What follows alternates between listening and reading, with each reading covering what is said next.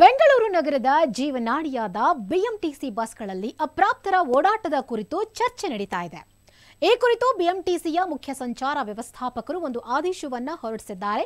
ಈ ಆದೇಶ ಬಸ್ಸುಗಳಲ್ಲಿ ಅಪ್ರಾಪ್ತ ವಯಸ್ಸಿನ ಮಕ್ಕಳು ಒಬ್ಬೊಂಟಿಯಾಗಿ ಮತ್ತು ಅನುಮಾನಾಸ್ಪದವಾಗಿ ಪ್ರಯಾಣಿಸುವುದನ್ನು ಗಮನಿಸಿ ಸಂಬಂಧಪಟ್ಟವರ ಗಮನಕ್ಕೆ ತರುವ ಬಗ್ಗೆ ಈ ಆದೇಶದಲ್ಲಿ ತಿಳಿಸಲಾಗಿದೆ.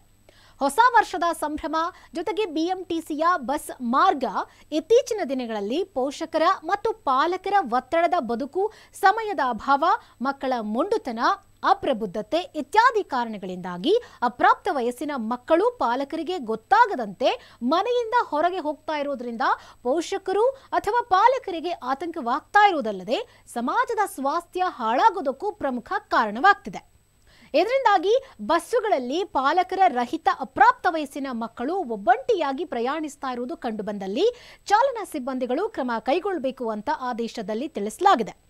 ಈ ಆದೇಶದ ಪ್ರಕಾರ ಬಸ್ಸುಗಳಲ್ಲಿ ಅಪ್ರಾಪ್ತ ವಯಸ್ಸಿನ ಮಕ್ಕಳು ಒಬ್ಬಂಟಿಯಾಗಿ ಅಂದ್ರೆ ಶಾಲಾ ಸಮಯದಲ್ಲಿ ಸಮವಸ್ತ್ರದಲ್ಲಿರುವಂತಹ ಮಕ್ಕಳನ್ನ ಹೊರತುಪಡಿಸಿ ಉಳಿದ ಮಕ್ಕಳು ಪ್ರಯಾಣಿಸ್ತಾ ಇರುವುದನ್ನ ಗಮನಿಸೋದು ಚಾಲಕರ ಜವಾಬ್ದಾರಿಯಾಗಿರುತ್ತೆ. ಇನ್ನು ಮಕ್ಕಳ ಹಾವಭಾವದಲ್ಲಿ ಗೊಂದಲಗಳಿದ್ದಲ್ಲಿ, ಅನುಮಾನಾಸ್ಪದವಾಗಿ ಪ್ರಯಾಣಿಸ್ತಾ ಇರುವುದು ಕಂಡು ಬಂದಲ್ಲಿ ಅಂತಹ ಮಕ್ಕಳನ್ನು ಗುರುತಿಸಿ ಪಾಲಕರ ಬಗ್ಗೆ ವಿಚಾರಿಸೋದು ಮತ್ತು ಮಕ್ಕಳು ಗೊಂದಲದ ಉತ್ತರವನ್ನ ನೀಡಿದಲ್ಲಿ ಮಕ್ಕಳ ಸಹಾಯವಾಣಿ ಸಂಖ್ಯೆ 1098ಕ್ಕೆ ಕರೆ ಮಾಡೋದು ಅಥವಾ ಹತ್ತಿರದ ಪೊಲೀಸ್ ಠಾಣೆಗೆ ಆ ಮಕ್ಕಳನ್ನ ಕರೆದೊಯ್ಯುವ ಕೆಲಸವನ್ನ ಚಾಲಕ ಸಿಬ್ಬಂದಿಗಳು ಮಾಡಬೇಕಾಗುತ್ತೆ. ಇನ್ನು ಮಕ್ಕಳಿಂದ ಪಾಲಕರ ದೂರವಾಣಿ ಸಂಖ್ಯೆಯನ್ನು ಪಡೆದು ಪೊಲೀಸರಿಗೆ ಮಾಹಿತಿಯನ್ನು ಕೂಡ ನೀಡಬಹುದು.